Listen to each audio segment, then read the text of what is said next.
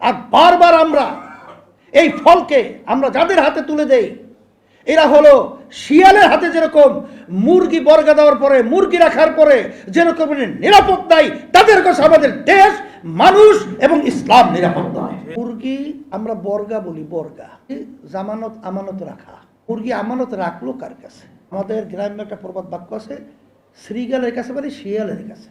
তাই শ্রীগালের কাছে, শিয়ালের কাছে যদি মুরগি বর্গা রাখা হয়, সেই মুরগি খুব নিরাপদেই তো থাকবে। আমাদের যে এই বারবার অভ্যুত্থান, আমাদের মানুষগুলো বাংলাদেশে বারবার জীবন দিল, রক্ত দিল, পঙ্গু হলো, 500-র মতো প্রায় উদীয়মান ভবিষ্যৎ সন্তানগুলো চক্ষু হারালো। আর বারবার আমরা এই ফলকে আমরা যাদের হাতে তুলে দেই, এরা হলো শিয়ালের হাতে যেরকম মুরগি বর্গা দেওয়ার পরে, মুরগি রাখার পরে যেরকম নিরাপদ দেয়, তাদের কাছে আমাদের দেশ, মানুষ এবং ইসলাম নিরাপদ নয়। এই জন্য আমি সকলকে আহ্বান জানাবো, আসেন, আমরা বারবার ধোঁকা খেয়েছি। আল্লাহ রসুল সাল্লাল্লাহু আলাইহি ওয়াসাল্লাম বলেছেন, মোমেন এক গর্তের ভিতরে বারবার পাছার খায় না, আচার খায় না।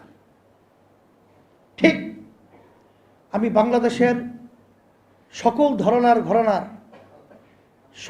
সব পর্যায়ের আমি আমার ভাইদেরকে, আমার মা বোনদেরকে বলবো, আসেন, আমরা যে বারবার এই ইতিহাস রচনা করি, এই ইতিহাসের ফলকে আমরা আবার ভালোভাবে উপভোগ করার জন্যে আমি যে আপনাদের সামনে আয়াত শরীফ তেলাওয়াত করেছি, আল্লাহ রাব্বুল আলামিন বলেছেন, ইন্নাকা লাআলা খুলুকিন আযীম, উত্তম চরিত্রের ভালো মানুষ ছাড়া, ভিতর বাহির এক মানুষ ছাড়া তাদের হাতে যদি ন্যস্ত হয়, তাই শ্রীগালের হাতে মুরগি বর্গা দেওয়ার মতো ইতিহাস বারবার আমরা দেখতে থাকবো।